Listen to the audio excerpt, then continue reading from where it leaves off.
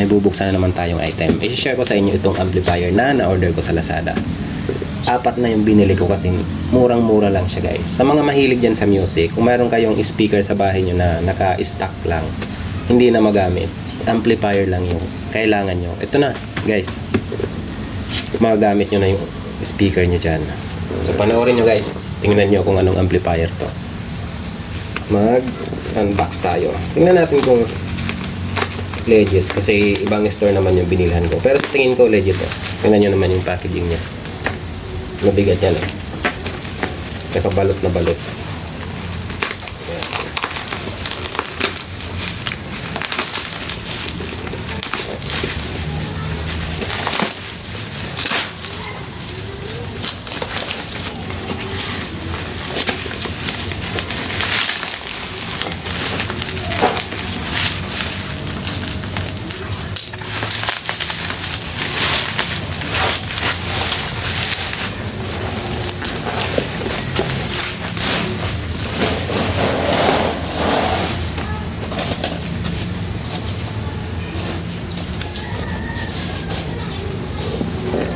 Ayan. Yeah. Yan, may kasama pala siyang mic. Yan ang microphone. Pero bukod yung price niya. Eto na, yung amplifier na binili ko. Yung iba nito pang benta. Kasi kailangan ng extra income gawa ng, alam nyo naman, dito sa Pilipinas, napakaliit ng sahod. Kung hindi tayo didiskarte ng ibang pagkakakitaan, kulang na kulang. Kaya yun, magbebenta tayo. Meron akong online store.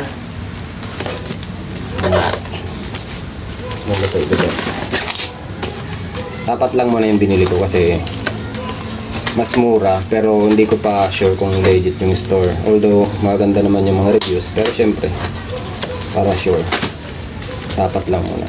So ito na, ito guys.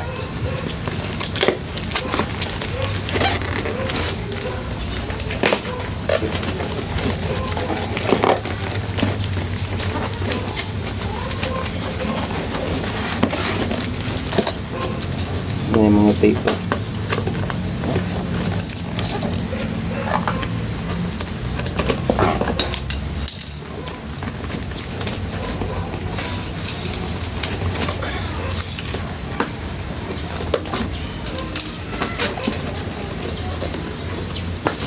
Ito lang muna.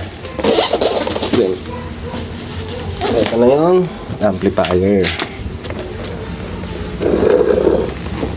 Yan. Hug stereo audio amplifier. Support ng USB yan, micro SD, tsaka meron pang radio FM. Yan o. Model BT 198E. So buksan na natin, guys. Hindi natin patatagalin.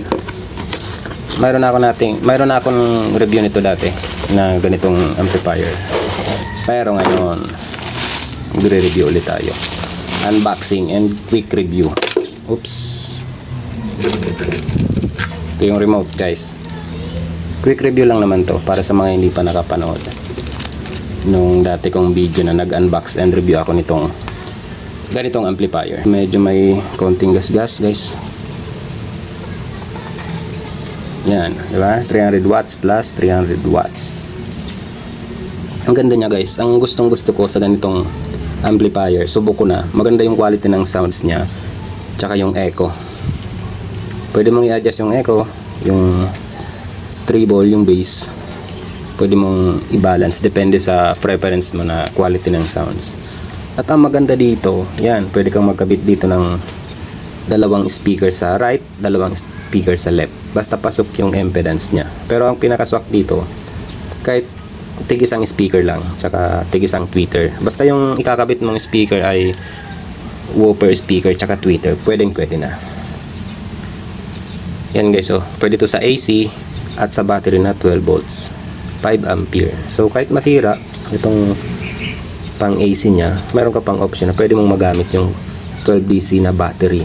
Meron din siyang audio input. Ito yung antenna para sa FM. So So ganun lang guys yung review natin, quick review. Ito naman yung on and off sa power para okay, yung USB slot tsaka yung SD card. Dalawa yung mic input nya guys. Ito yung para sa mode kung ilalagay mo sa Bluetooth, audio, yung sa aux in, auxiliary audio input. Yan. So sa mga naghahanap dyan ng murang amplifier, makikita nyo dyan sa video guys, i-click nyo lang yung view products. Mamili na lang kayo kung saang seller, it's either Shopee man yan or Lazada. Pero ito na order ko to sa Lazada. Yung price nya almost 700. Pero syempre mas mababa ako to nabili kasi nga apat na. Tsaka binili ko pa to 12 yung nung naka-sale. So yun lang yung video natin. Hopefully nagustuhan nyo po, at sana sa mga hindi pa nakasubscribe, mag-subscribe po kayo at hit nyo na din yung notification bell para ma-notify po kayo once na nag-upload ako ng bagong video. So by the way guys, gagawa ako ng susunod na video nito na i-detailed review ko at magsa-sound test tayo. I-share ko rin kung anong speaker yung swak na ikabit dito. So sa video ito, yun lang muna yung i-share ko sa inyo. Quick unboxing and review tayo nitong Hag Amplifier 300 watts. Thank you guys at salamat po sa inyong panonood. Thanks for watching.